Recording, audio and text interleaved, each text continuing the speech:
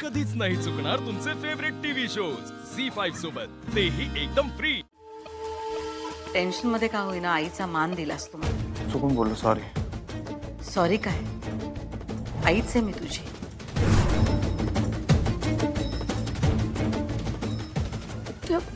ते खोटं बोलतायत। या भुवनेश्वरी मॅडम आहेत, या चारुलता आई नाहीये, त्या खोटं बोलतायत। अक्षरा, बाळाश, काय एवढी चिडली आहेस? कसला त्रास होतोय तुला? मॅडम तुम्ही प्लीज आधी गोळ्या घ्या ना। सारखं तुम्हाला सांगते गोळ्या घ्या, तुम्ही का गोळ्या देतात मला? कळतं येतं एकदा सांगितलेलं, मला नकोत गोळ्या।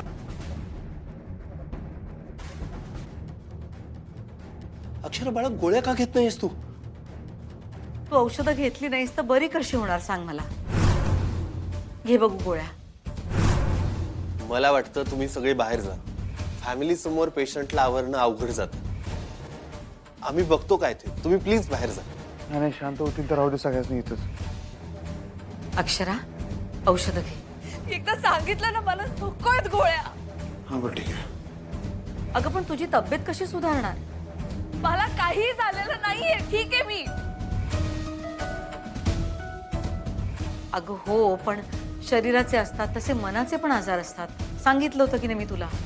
त्या आजारांवर जर आपण उपचार केले नाहीत तर बरी कशी होणार तू? हा, आणि यात लाज वाटण्यासारखं काही नाहीये। तुला बरं व्हायचंय की नाही? हा, मग सहकार्य करायचं सोडून अशी का वागतेस? कुणाला सहकार्य? यांना, डॉक्टरांना, आणखीन कुणाला? आणि तू पहिल्यांदा शांत हो बरं। माझ्या हाताला मेहंदी आहे म्हणून, नाहीतर तुला जवळ तरी घेतलं असतं।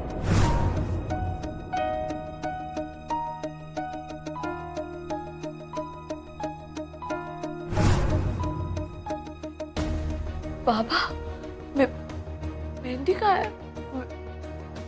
ओ बाबा, पुसता ती मेहंदी। तुम्ही पुसून टाका, मेहंदी फ्रॉड आहे। हे सगळं फ्रॉड आहे। तुम्ही आधी मेहंदी पुसा बाबा प्लीज। ए बेडाबाई, काय बोलतेस तू? वरदार मला वेडी म्हटलं तर।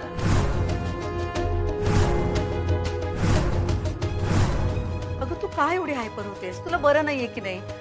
म्हणून तुला हॉस्पिटलमध्ये ठेवले। तू जरा शांत हो बघू। मला बरं नाहीये म्हणून नाही, तुम्हाला हवंय म्हणून इथे आहे मी। तुम्हाला हेच हवंय ना? मला हॉस्पिटलमध्ये डांबून ठेवायचं ना तुम्हाला? आपण कुणीच यांना ओळखलं नाही अधिपती, आपण कुणीच त्यांना ओळखू नाही शकलो, पण मी ओळखलंय। मी यांना ओळखलंय, मला सगळं कळलंय अधिपती। या भुवनेश्वरी मॅडमच आहेत। त्या नाहीये चारुलता आई, खरं सांगते अधिपती। झी5 ॲप डाउनलोड करा आणि पहा सर्व एपिसोड्स एकदम फ्री।